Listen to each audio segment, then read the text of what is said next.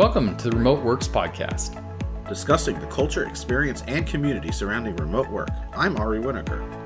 and I'm Jonathan Sharp. This is episode 5 with our special guest, Krycho. This episode is sponsored by Cultivate Now. Cultivate Now cares about remote work and helping distributed teams thrive and individuals succeed with a remote career. To learn more, visit cultivatenow.com/RW.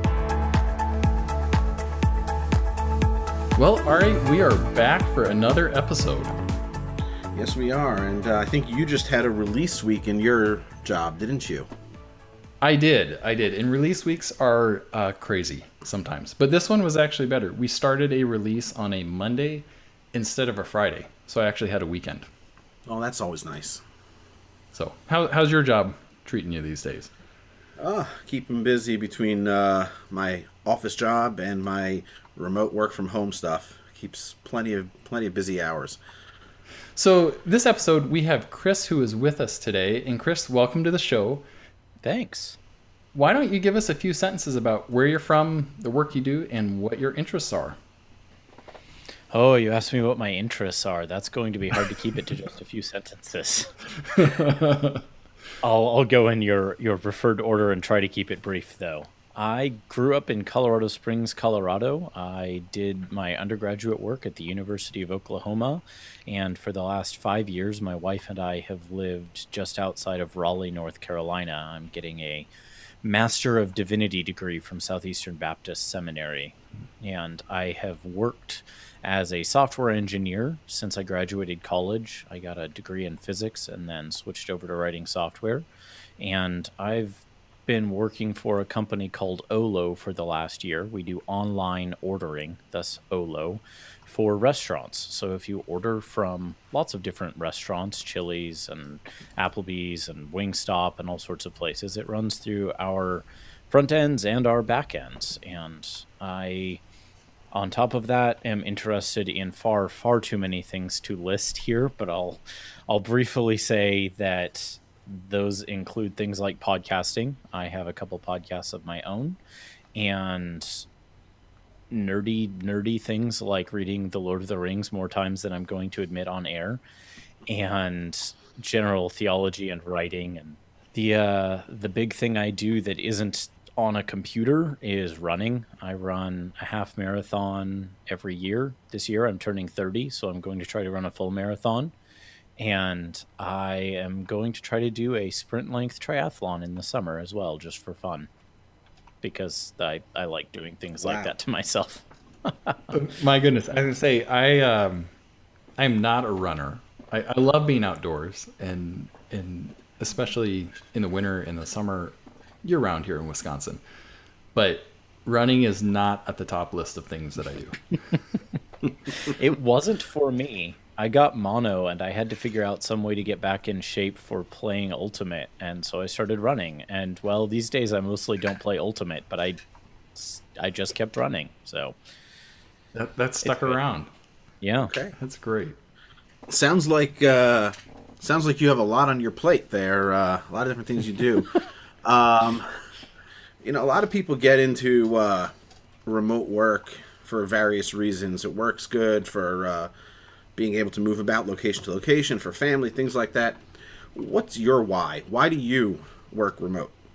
The biggest reason was that I was moving to North Carolina, and I had a job, my second job out of college, working with a very small company in Oklahoma. And I figured I could find a job out here or possibly find another job remote. But I liked the company I was working with overall at that point, and I was very willing and interested to continue working with them. And I pitched them when I moved out here and said, hey, I already know your domain pretty well. They were in the energy industry, and they had a software product that they use for both their internal things and sell to clients for dealing with risk analysis and hazard mitigation concerns. And coming out of a physics degree and then having spent the better part of a year working for them at that point, I knew their domain fairly well. I knew the software and the code base pretty well. And I pitched them, hey, if you're interested, I will be a contractor and work 20 hours a week and work remote, because that would be a pretty easy ramping on point. And at that point, I had already been doing consulting from a coffee shop on most weekends, trying to save money for seminary. So it wasn't my first time working remotely, so to speak, but I think a lot of people do that kind of thing without thinking of it as remote work. It wasn't the same as it was after I made that transition, where I didn't go to an office anymore. So I had used that time building up experience of working that kind of consulting, doing some web development gigs, to figure out how the remote working world worked to some extent, log into whatever services and get stuff done. But I really consider my remote working time to have started when we moved here and I went to that fully remote, fully distributed kind of workflow with that company. And I did that for another couple of years with them, and then started working with Olo here. And all along the way, the concern has been, I'm living in Raleigh and I have a lot of time allocated to school, and there are a lot of places I could work in Raleigh, but adding a commute in on top of working to get a master's degree done, and I have two little kids, just didn't seem like a great plan. And then once I had started it, I discovered that I love working remotely. And when I started, I had a 7-month-old. I have two little girls. One was 7 months old then. They're now 4.5 and 2.5.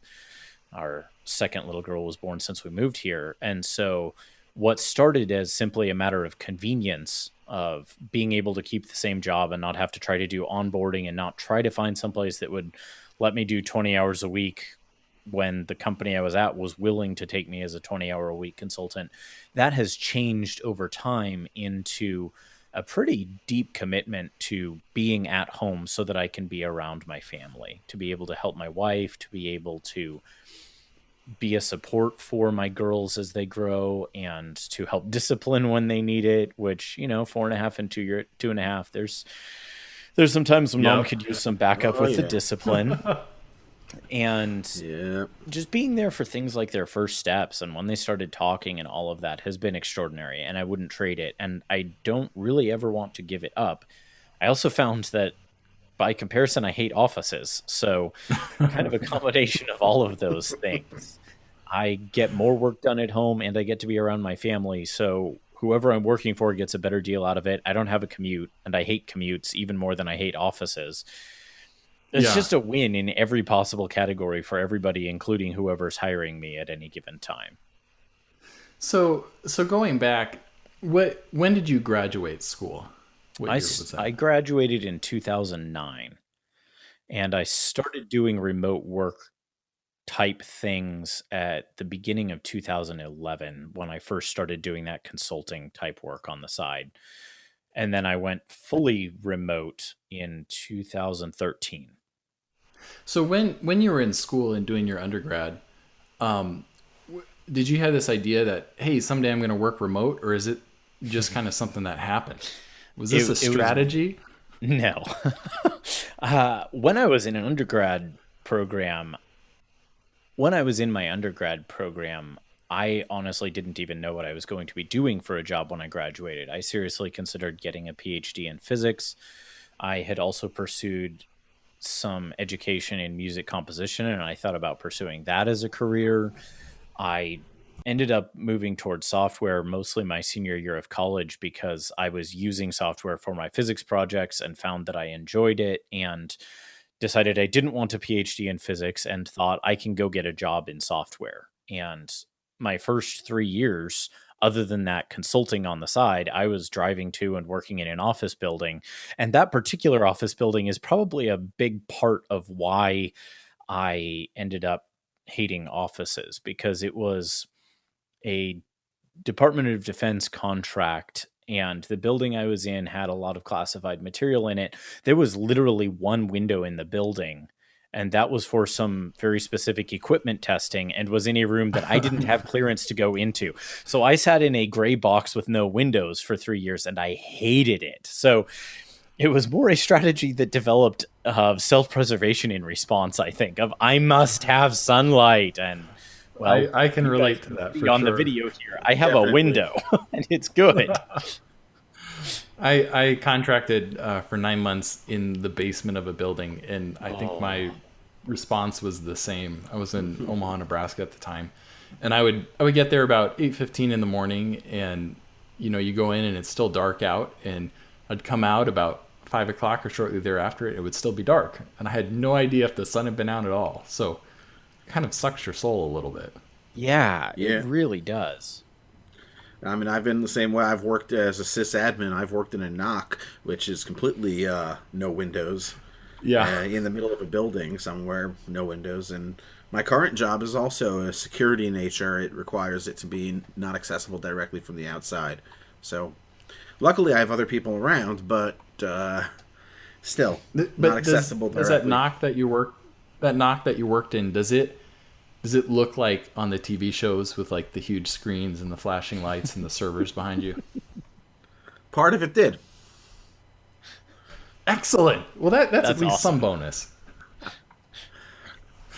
So,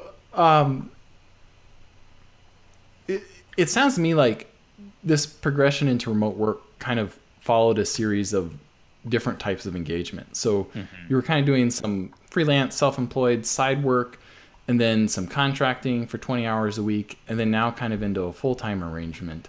Yeah, So you really kind of just eased into it. It wasn't like a massive jump with both feet at once. that's right. And I think in a lot of ways it would have been a lot harder to make the transition jumping in with both feet. I was able to build up a lot of the important habits that you need to be a successful remote worker because I had a limited amount of time and projects I was trying to get done for that consulting stuff. And basically, I had all day Saturday. And what I got done in all day Saturday is what I got done. The hours I put in were the hours I got paid for.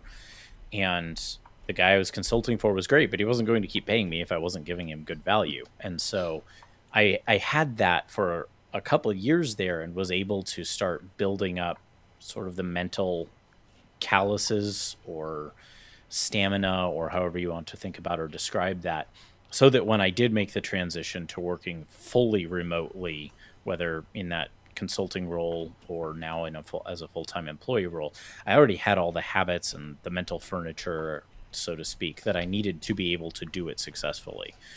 I think had I jumped into that straight out of college, I would have floundered. The first job I was in particular, I didn't get great mentoring on the job in that job anyway, but I would have just fallen over. I would have had no idea what I was doing or how to learn what to be doing in that job had I been working it remotely. Now, I don't think that's true of all remote jobs. I have heard people on podcasts and talked to occasional people where they have good cultures of mentoring and onboarding in a remote context, but I think that's pretty rare. I think it's even rarer than good onboarding in a non-remote context, which I think is pretty rare itself. Yeah, well, I mean, I guess you came into remote in a bit of a different way than some because you came into remote by saying, "Hey, I know I know our company has an office, but I'm going to work remotely," as opposed to working from a company that was fully remote. So I guess that Right. did cause a bit of a learning curve both for you and for the company you worked for. Yeah. I would actually say I don't think they would do remote again, and that's mostly a culture thing. I did a lot of good work for them, but they're a small company and I was the only person working remotely. Though they would be out of office a lot, traveling to meet with clients, etc., and they would do what I would describe as remote work at that point. The idea of having an employee who was just dedicated out of the office all the time didn't mesh well with their culture. And so there was a lot of learning curve for them, much more, I think, than for me, because again, I had already had a lot of the relevant experience. I could get my job done just fine, but we never really got the hang culturally in that job of Hmm. using the tools effectively, whether it was Hangouts or something like that for communication, of getting really good, clear write ups on what a given bug fix or feature required. We would often have to go back and forth if I would implement something and they would say, oh, this wasn't quite what we wanted, etc. There were a lot of those kinds of mismatches. And, no skin off their backs. They were in a lot of ways also learning just how to have full-time software employees, much less adding in a full-time remote software employee. There are just a lot of skills there that somebody who's not a software person doesn't necessarily have, and they take a lot of time. And that was very different, and there was a huge learning curve. And there have actually been learning curves in my current role as well for the company, but those look very different. So, who are the people or the pets that you're co-working with? So I mentioned I have two little girls and a wonderful wife. We also have a cat who we've had for about 3 months now. My wife decided she really, really wanted a cat, and I humored her because I love her, and he's a good cat. But I am around my wife, who is a stay-at-home mom and does an incredible job with our little girls.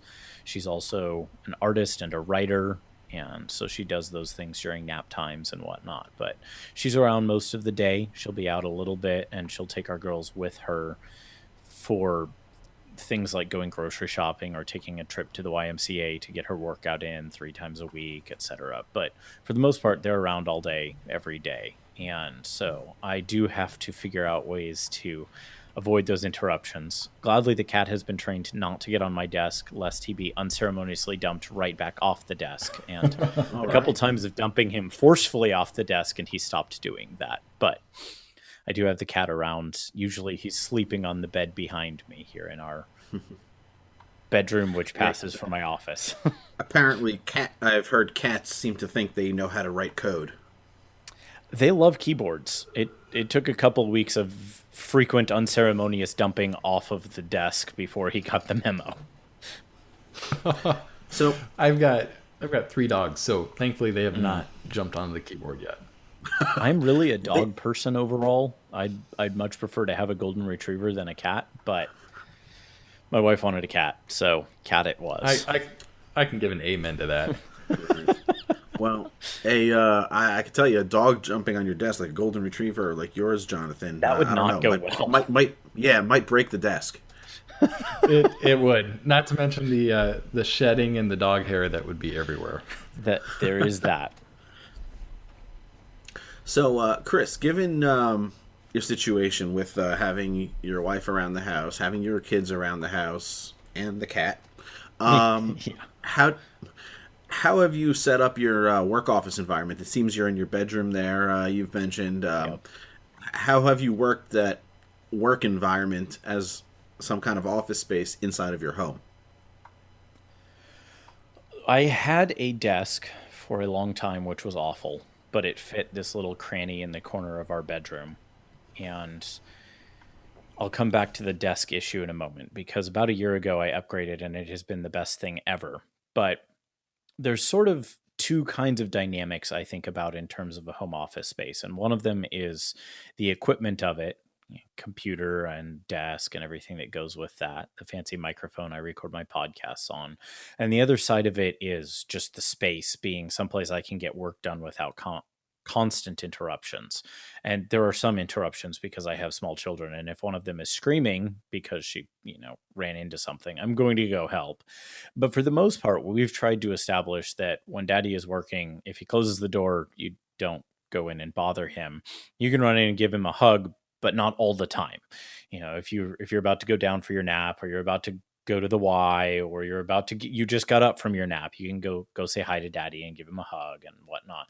But for the most part, if I close the door, we've kind of established daddy's working now, don't do that. And similarly, my wife and I, though this took a while, especially when I first went remote, established some ground rules and expectations that she asks for my help if something is urgent. If something isn't urgent, she'll let me know. She'll send me a text message, or she'll poke her head in and say, hey, when you've got some time, or whatever else. Sometimes she'll even send me an email, but let me know she could use input on something or help with something. And as I said before, it's nice that I'm at home. So if there's an actually urgent need, I can help. But if there's not, she can just let me know, hey, I could use your help with this in a minute. And when I take my next break, I'll go help her with it. Office space wise, I'm in a corner of our bedroom, and I look forward to having an actual dedicated office sometime because I I don't love that part of it. But it works. We've got a 2-bedroom apartment and 4 people live here right now, so that's the only space we've got. I last year upgraded this office substantially from the hand me down desk that was free to me and was a great choice when we first got it, but was not good. And the $50 Walmart chair that I bought when I was a freshman in college, which was a good choice when I bought it, but was not good, to an Ergo Depot. They're now called Fully, standing, sitting, adjustable height desk. And I try to stand about half the day to 3/4 of the day most days. I get pretty bad backaches if I sit all day. I also bought a good chair, which helps for the times when I'm sitting. I got whatever the wire cutter's recommendation is. It's the Steelcase Gesture, and it is a fantastic chair. Literally the most comfortable chair I've ever sat in. And hilariously, yesterday my wife sat down in it after months of not having done so because she just doesn't normally sit down at my desk for any reason. And she went, "Oh, I forgot how nice this chair is. This is so comfy." So I did that. I upgraded my home work machine to a shiny new 27-inch iMac and got it on an arm so that it's adjustable and it's at the correct height. And when I stand up, I can adjust the height of it so that it's still at the correct height and so on. And then, of course, I have my fancy microphone that I'm recording this with and that I record my 2 podcasts with. And other than that, I try to have nothing but a water bottle and some headphones on my desk because I need a clean working environment. So tell us about the structure of the team that you collaborate with. Mm-hmm. So Olo is increasingly remote and trying to move toward a remote first culture. The team I work with is about 50-50 remote, and our engineering base is about 50-50 remote. Last time I checked with our director of operations, we were 43% remote as a company. The company's based in New York City and started out everybody on premise in New York City. And starting just about 2 years ago, they started actively hiring and giving people freedom to move remote. And since they've done that, more and more people have moved remote, whether for just interest in living somewhere else or active interest in getting out of New York City, which has a lot of upsides to being there, but also a lot of downsides just in terms of commute. People often have 2 or 3 hours of commuting a day, and I have about 3 feet of commuting every day. So people see that and it's appealing, and people can live wherever they want and work wherever they want. We have people all over the country, and we also have a couple teams in Ukraine who work for us and work with us. So we're very distributed. And like I said, my specific team is about 50-50 on site in New York City and all over the country. We have people in Seattle area and the middle of, I want to say, Idaho. We've got people in Colorado. We've got people all over. I'm here in Raleigh, but I expect to move to Colorado next year. Pretty well distributed at this point. What's the spread of time zones? So my team specifically has 3 time zones because we have Pacific, Central, Mountain, and Eastern. And I said those out of order. So if anybody's listening, they can snort at me for getting them out of order. But that's we have what we all say. 4. That's an exercise left to the student. Yeah. Did I say 3? Counting. I don't know how it works. We have all 4 continental US time zones. I was just making sure I heard you right when you listed them. I think I said 3, but then I counted off 4. So Yes. I've That's been all going right. since 5:30, so I make no pretense about being totally mentally coherent at this point in the day as we're recording at 4:30 p.m. It's okay. It just proves you're a human. So I am not a robot. I passed the test, Google. you did. So, a lot of companies have kind of a remote DNA that they're really built to be a remote company, so people can be really distributed. That's the way the whole company's philosophy is. Do you feel that the company you work for has kind of built that kind of a culture around it, or is there something that really has to had changed, as you say, the people have become more remote recently? I would say we are in the process of building it. So we're figuring out how to do it well. And that's been a process even over the course of the year I've been there. Certainly, it's been a very much ongoing process since they started going more remote a couple years ago from talking to people who've been there a little longer than me. And that's had its share of growing pains, things like figuring out how you run meetings, especially the whole company meetings. We have 85 people or so. And as I said, a little over half of those are still in New York City. So you find that people whose teams are more remote handle that better. The engineering team in particular has been more remote for longer. And so the engineering managers tend to speak into the microphone and recognize that the rest of the room can hear them. There have been a couple meetings where we had remote people had to keep telling other local to New York City people, hey, speak into the microphone, because they were just habitually turning to address the other 45 people who were there in the room with them. And no one remote could hear them at all because they were speaking away from, whatever microphone that they had hooked up to the Zoom call or whatever else. And so there've been those growing pains, figuring out things like what perks do you try to share with remote people versus what perks do you kind of say this is the perk for dealing with a 2 or 3 hour commute. So I don't really begrudge the New York City team their cereal bar or their kegs of beer or their coffee maker, because for one thing, I make a lot better coffee than they do in my pour over setup downstairs. And for another, I have a 30-second commute, and that's mostly the time it takes me to actually make myself get out of bed in the morning versus being on the subway for 2 hours or whatever. I just, so we're figuring those Yeah. things out, sending food to the remote employees sometimes for some meetings, like on the hack day we had back in December. They had pizza in the office and they gave everybody the ability to order lunch so that there was a sense of mutual participation. But you're Oh, not necessarily cool. going to do that for every remote meeting. And, just figuring out those dynamics. There have been growing pains, but they're actively seeking to do it well. One of the big goals for engineer one of the big goals for engineering, especially in 2017, is becoming a remote first company and doing those dynamics well, doing meetings even better that way, doing hiring even more that way, and so on. All right. So you say that there's a lot of people still that are based locally at the main office, while there's Hmm. a fair group of remotes across the company.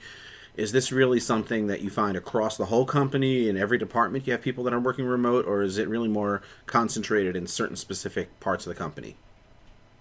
I would say it started concentrated. It started with mostly being an engineering focused, software engineers being the remote people, but increasingly we have more people who are not engineers who are remote. So our director of operations lives in Seattle, and we have one of our I guess she was a product manager. She's now a VP of product who lives in the Pacific Northwest as well. So people are fanning out, and that is increasingly becoming the case for product and account managers and so on, as opposed to when we started, when it was mostly engineering. So it's becoming more whole company remote first rather than just those weird software engineer people who can work remotely.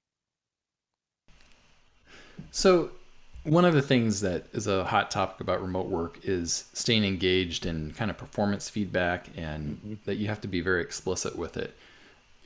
What is the performance or feedback process that you experience in your current remote gig? So a couple things. One, we just use fairly standard software engineering practices. We have stand-ups 3 times a week. We have it only 3 times a week because we have a couple days that we keep entirely clear of all meetings so that people can just be head down and get work done, which is really, really nice. Today was one of those days, and my productivity was just so much easier to keep flowing because I didn't have to stop at 10 a.m. to have a meeting. But those other 3 days, we use normal weekly check or daily check-in type things where we say where we're at, what blockers we might have, plan out what the next sort of week will look like. We have a pretty high performance set of engineers. And so, in my experience, the sort of performance feedback side of that has mostly been making sure that we have the tools we need and the support that we need to get our job done. The closest I've come to having any kind of, hey, this isn't going great, was one I initiated where I sent an email and said, hey, everybody, I've been just having a hard time the last few weeks with a bunch of travel and classwork and other things. Sorry, I dropped the ball. And then we have annual performance reviews like a lot of places do. But again, it's been much more, how can we help you rather than, hey, get on top of it. And I think a lot of that has had to do with our hiring. For the most part, we've just had really solid, competent people who are just getting their stuff done. So it sounds like it's a very ongoing, almost daily process, as opposed to like Yeah. every 3 months or something. It's just there. It's being intentional about keeping that constant communication rolling. Right.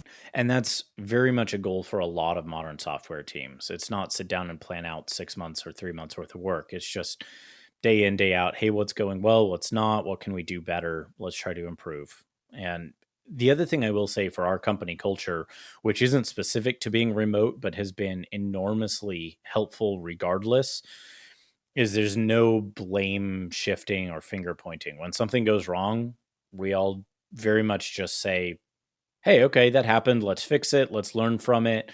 And I think because of that, people are very quick and ready to take responsibility. People will say, oh, that was me. I screwed this up. Sorry, everybody. And everybody just says, no biggie. And we learn from it and we move on. And that's been, I think, a huge part of making remote work well, because even if you're remote and you mess something up, or if you're remote and you don't know something, there's no problem with just saying, hey, I don't know what's up. Can somebody help me figure this out? And people do. So there's a lot of security in that culturally. And I think that was probably equally important for being remote or being on site. But I sure as heck wouldn't want to be in a spot where that was different being on site versus being remote, where if you were remote and asking on Slack or whatever else for some help and you were getting shot down, whereas if you ask somebody face to face that didn't go, you got the help you needed, well, that would stink. But it isn't that. We have a very, very healthy culture that just handles those things across the board and is, as you said, Jonathan, very engaged, very just keeping a constant light but constant touch to make sure everybody's doing well and getting done what they need to and getting the help they need to get done what they need to. Well, that sounds like a very good system overall, especially given the remote distribution that's out there. So, given that you are remote, a lot of people have varying schedules working remote. Some have flexibility. Some have to work a specific schedule, but a lot of people have a very flexible schedule. They'll work a little in the morning, take some time off in the middle of the day, work at night, things like that. So, what's a typical workday schedule like for you? So my routine looks a little different from most people's, even because I am in school as well. So I'll kind of talk through the whole shebang there. I normally get up at about 5:15. Got an alarm set that goes off at 5:10 and another one at 5:15, so I actually get out of bed. Then I go downstairs and make breakfast for me and my wife and make coffee for me and my wife because coffee keeps me sane and it's very important. I may mention later in our shout outs section what coffee I use because it's good. I'll bring that back upstairs and give it to my wife and set it on my desk here. And then I'll normally work through my devotions in the morning, read my Bible and pray a bit. And then I'll usually start on school, try to get a couple hours of schoolwork done before I start on work for the day. And that aligns my workday schedule fairly well with everybody else. Sort of normal hours for the New York City office are 9 to 6 Eastern time.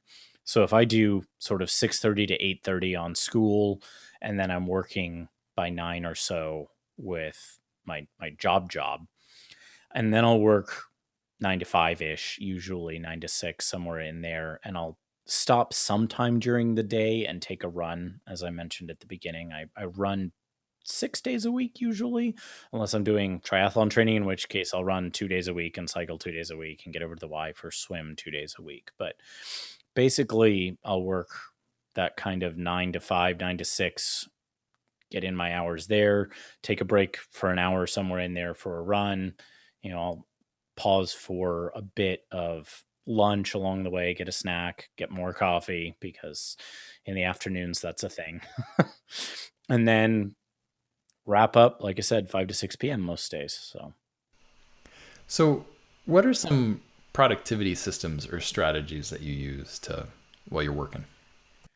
a couple things. One, I have fairly aggressively embraced a quote unquote Pomodoro strategy over the last few years. So, the Pomodoro strategy basically tries to take into account that you only have limited ability to concentrate in a sustained way effectively for long periods of time.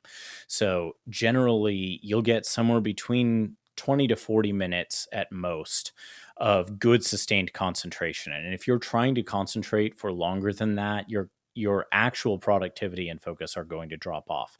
And we see research that confirms that in everything from people working office jobs to pedagogy and teaching strategy for students. If you try to keep students' attention focused on just a stream lecture for 45 to 50 minutes without anything and sort of let people's brains recharge, even if that's just making a joke and kind of diffusing a bit in the middle of that lecture, you just won't, people can't keep it up and sustain it. And the same thing is true in software. Sometimes you'll feel like you're in the flow for 3 hours, but the reality is your productivity peaked somewhere around 30 minutes into that, maybe. And 2 hours in, you're just stymied. You're not getting done nearly as much as you would have if you'd stopped an hour ago and taken a walk. And so the Pomodoro technique embraces that and says you just do cycles where you do 25 minutes on, 5 minutes off. And every 25 minutes, I get up and I take a walk. And normally I'll take a walk that's about a fifth to a quarter of a mile long, all told. I'll just pop out. If I need to grab a jacket and walk out my front door, walk down through our neighborhood to a point that I know takes me half of that walking time, turn around and walk back. And in doing that, I stay pretty active throughout the day, and that keeps my blood moving, keeps me from feeling sleepy. That's especially important at that 12:30 to 1:30 period after I've had lunch and I'm sitting there. And if I'm just sitting in a chair at that period, I will fall asleep. So I do that. And then every four of those, you get a slightly longer break. So I'll take 10 to 15 minutes. And if I'm going to check email during the day, if I'm going to look at social media, that's when I do it, is on those breaks. I try to keep all of that shut down and closed anytime I'm actually in one of those working modes with more or less success. Sometimes I have Slack open for work, and then maybe one of the other Slack teams I'm in draws my attention with some vigorous debate about programming languages or theology, or programming languages and theology, or something silly like that. Uh, in general, I try to avoid that though, because it does kill my productivity. And doing that helps a lot. I also am a very aggressive inbox zero adherent. So I keep my email empty. I do use those walk times for triage. I'll read things and delete them, or if there is an action that I need to take on it, I'll throw that into my to-do app. I use OmniFocus. I mostly need something as thoroughgoing and capable as OmniFocus because I am a student and a software developer and a podcaster. If I didn't have all of those things going, I could very easily get away with a much simpler to-do app, but I just have a lot to juggle. And so I push the basic level of OmniFocus pretty thoroughly. I get a lot of mileage out of it.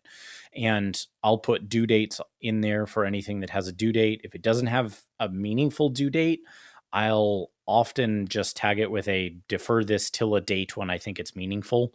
And then it'll show up in my things that are available to work on after that. But if it doesn't actually have a due date, I avoid putting a due date on it, because when I first started trying to use things this way, I would put due dates on things that didn't have real due dates. Yeah. And then I would kind of look at it and be like, oh, that doesn't really need to be a thing. And then I would have things piling up as notifications from that said, this is due. And I would be like, yeah, it's not really. But then I would have things that really were due, that were time sensitive. And it only took missing one of those about twice before I said, okay, time to stop putting due dates on anything that the due date doesn't actually matter. Because it was really And diluting the due dates yeah, of the important things. that's exactly right. And so I try to throw anything that's like a real project in there And then things that are just little actual to do type tasks, like, oh, I need to, send this message to my wife later. I'll throw that in a much smaller and lighter. I use Do app on my iPhone, and that's just for simple, like time, like one off, do this one thing type tasks. And so I try to keep each tool focused on what it's good at. I also use a notes app called Bear with the Pomodoro stuff to track goals and what I actually accomplish on each of those cycles, because I found the cycles are helpful, but actually writing down, here's what I want to accomplish in these 25 minutes, and then also writing down what I actually accomplished in those 25 minutes, first of all, helps me focus and helps me say, okay, here's what I'm getting done right now, and helps me stay honest, so that if in that period of time I actually spent 25 minutes chatting about programming languages, well, that may not be wasted time, but I clearly wasn't focused and I need to focus more the next time. And then it's also really helpful because I can look at that at the end of the day and see what I actually got done. And especially when you're chipping away at a large issue, some big feature, or a bug that's really stymieing you, seeing what you learned working on a bug or what pieces of a feature you accomplished, those things can be really helpful in actually feeling like you got something done at the end of a day. Because otherwise, sometimes you're sitting there feeling like, did I actually do anything meaningful here? And the answer might be yes, but if you're not finding some way to keep track of what that is, you may not feel it. And so I found that to be very helpful as I've embraced that over the last 6 months. Okay, so as we kind of start to wrap things up hmm here a bit, how do you see remote work kind of fitting into your long-term career objectives? I mean, do you see this as something that you're going to keep doing, or would you consider going back to commuting, working on site somewhere in the future? I'll just share the stock answer I've been giving to recruiters who email me lately, and that is, I'm not interested in commuter jobs anymore, and I am calling them commuter jobs. Among other things, I would like actually to see this become much more the default in many cases. I would like it to be something that you have to think about of, oh, this, you're going to go into an office, because I do think there's enormous value for families, and for my family the value is so high that I do not see, unless there was some really surprising change of circumstances around what remote work looks like in the software industry, I don't see ever taking a commuter job again. It is too important to me to be around my family.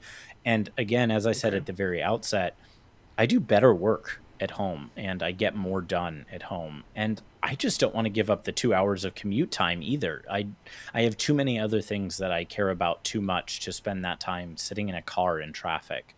So I expect to work remote from here on out. And I mean, I love my family. So if it were a feed my family or take a commuter job, I'd take the commuter job. But gladly, the economics of the software industry at this point are such that there are a lot of and an increasing number of remote jobs. And I expect just to keep tracking that way. So, what advice would you have Okay. for someone considering remote work? Think hard about why you want to do remote work. You want to make sure that it's not because you want to slack off and not have someone over looking over your shoulders. And look hard at your own personality. I have talked to people who just can't do it. They need the physical presence of other people because they're just really extroverted. And I mean, I'm that to some extent, and I get out to a coffee shop once a week to stay sane. But if you're really extroverted, being at home alone in a room is not going to be good for you. So even if you want to go remote, figure out a way that that involves a co-working space or something else, a coffee shop, whatever it may be, so that you're not going crazy. Be aware of the costs. There are costs. I mentioned I get interrupted by screaming 4 year olds sometimes, but also look at the benefits and see if there's a way you can make it work. But also, I think, evaluate it carefully in light of your company's culture. Like I said, talking about that first company I went sort of fully remote with, it really wasn't a good fit with their culture. And I don't think it was a mistake to do that or try that, but it wasn't a great fit there. And if the company isn't willing to move thoughtfully toward doing it really well, it's going to be a rough experience for everybody involved. But the other advice I would have is, if you're a company thinking about it, go for it. And if you're an individual whose company will allow it, try it and step in, get your toes wet if you can, work from home one day a week or something like that and start developing those muscles. So this section of the podcast and the show is titled "What's the Buzz?" So Ari, why don't you kick off this episode? Well, I recently came across a new website called bookupapp.com. That's bookupapp.com, all one word there. It's a website for, it's pretty new, but it's a website for readers of books who actually have the print books, haven't gone totally Kindle, to go ahead and swap books with other people in your area. So, one big thing we all talk about is reading all kinds of new books relating to whatever it is you're pursuing, whether it's the field that you're in. All of us are somehow connected into the IT software development kind of world, all three of us. Chris, you're exploring the area of divinity with your masters that you're pursuing. So if you have books in those topics, or other people might have them in your area, you can go to that website and kind of share what books you have and compare, and then go ahead and actually, instead of going to a used bookstore or even to the library or other places, you can find some interesting and unusual books, hopefully by somebody else in your area who has the book and doesn't really want the physical book anymore. That sounds totally useful. And I think back to book purchasing and swapping, and it goes back to college and that whole period of life. So I'm way past college now, but I always bought my textbooks used. Yeah. I did too. So my app is called the Serenity app, and it basically gives you ambient background noises. So I've used this, and there's other versions of it too, or variations from other apps. But basically you can say, I want a nice crackling fire in the background, and that will play the crackling fire. And you can say, I'd like a little babbling creek in the background, and that could add the babbling creek in. And there's a whole bunch of different types of sounds. So from coffee shops to just general background noise, but that can help you focus because it helps you to tune out other distracting noises. So I personally have enjoyed it very much. I think it's a couple bucks in the App Store. I have seen free versions floating around from time to time, but it's one that I do use from time to time, and it's been very helpful. So Chris, do you have a buzz for the week? I will throw out two things. One is my aforementioned favorite coffee brand. If you like good coffee, you should check out Counterculture. They will ship to anywhere in the country, and they're one of the best roasters I have encountered anywhere. So they're very consistent. They'll do everything from your standard blend to a single farmer lot from some individual farmer in Colombia or Ethiopia or whatever else. And you can get some really extraordinary coffees through them. The other thing I'll throw out is an album that has been out for a few years now, a recording that's been out for a few years now, but that I only stumbled onto about a month ago, and that is of Arvo Pärt's Fourth Symphony. And if you like modern, what is described as modern classical music, modern composed music, Arvo Pärt is one of the greatest composers of the 20th and 21st centuries, and this was premiered just a couple of years ago, and it is extraordinary. Now, if you don't like classical music, it probably won't do anything for you, but this is something else, and I could just listen to this all day long. So you should check it out if you like anything along those lines at all. Yeah, so I'm saying we'll definitely have to get the spelling of that so we can get a link for that in the show notes. Yes. There's an umlaut. Just actually jumping back to my buzz item as well as yours, Jonathan. My item is currently, interestingly enough, me being an Android person, I've given you an item that's actually a strictly iPhone app right now. Okay. What about yours, Jonathan? Is that currently available for both, or? Oh, I should have mentioned that. So I believe my app, the Serenity app, is a Mac OS X tool that's available in the App Store. I believe they have an iPhone app. I don't know about an Android, and I am an Android user, but Mac on the desktop. So I'll have to track that down. I'm sure there's an equivalent version of it. for Android. Sure. Well, thank you for listening to the Remote Works podcast. This podcast is only half of the conversation. The other half is from you, our listeners. We appreciate you, our listeners, and your questions too. You can leave us a voicemail in your own voice that may incorporate into a future episode at remote.works/voicemail. Subscribe to this podcast on iTunes, Google Play, Stitcher, or others. When you subscribe, please take a moment to leave us a review. Be sure to include your real name and mention your website or social media link, and we may incorporate the review in a future episode. The show notes with links to resources, along with a full text transcript of this episode, is available at remote.works/5 for episode 5. If you'd like to sponsor an episode or recommend a guest or topic for the show, visit us at remote.works. Finally, until next time, I say to you, go be awesome. Thank you for listening. This is the Remote Works podcast. This podcast is a production of and copyright Cultivate Now. All rights reserved.